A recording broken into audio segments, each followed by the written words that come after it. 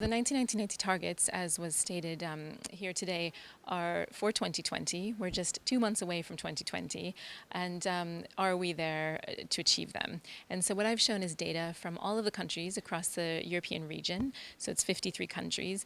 Not all countries have the data, but many do, including Portugal. And so are 90% of the people living with HIV diagnosed? And what we see is that in our region, it's only 80%. And this varies. Some countries are above 90% and some are much, much below. So a lot of variety across countries. The second 90 is our 90% of people who are diagnosed, are they on treatment? And there we also see that some countries have exceeded this target and other countries are well below the target. So there's a lot of variety across Europe, and overall as a whole we are not reaching that target. And the same for viral suppression. So those who are taking treatment, are they virally suppressed? And here as a region, we're doing very well. We're nearly at the target as a region, so that's very positive. Many countries have already passed the target, but many are far below the target.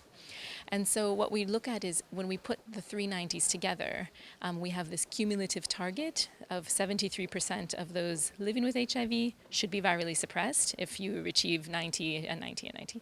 And here in our region, while we should be at 73%, we're at 44%. So we're much further below. And this means that 3 of every 5 people living with HIV are not virally suppressed. Even though we have the tools for viral suppression, we have very good treatment, excellent testing modalities, we're not reaching it.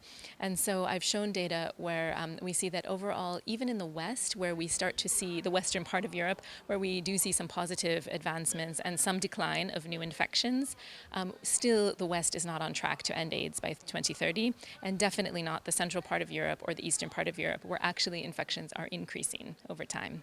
So in order to close these gaps, we need to see much better prevention, powerful prevention happening, really focusing on the key affected populations. So much more expansion of pre-exposure prophylaxis or PrEP. Also expansion of harm reduction programs such as opiate substitution treatment, needle and syringe programs, and also condom programs. And then we need to close the gap on testing. We found that half of those who are diagnosed in our region are diagnosed late, many years after they've become infected.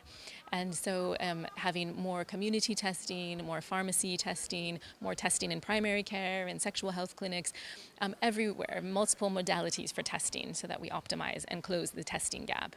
And then the last is the treatment gap, where half of those who are diagnosed or living with HIV are not on treatment in our region, even though every country nearly in the region says that as soon as you're diagnosed, you should be placed on treatment. So we need to close the gap of nearly 1 million people who are not on treatment but living with HIV in Europe. It may not be possible within 8 weeks' time, but it is possible. We actually have the knowledge, we have the possibility, we do have the resources in Europe, even the least resourced countries. But what we need is political will, and we need to apply the policies that exist in practice and really document where, not only at national level, but at subnational and city level, where there are certain areas lagging behind, and to try to gather support and resources to see that the investment in prevention today will save money and time and also people's health in the long term.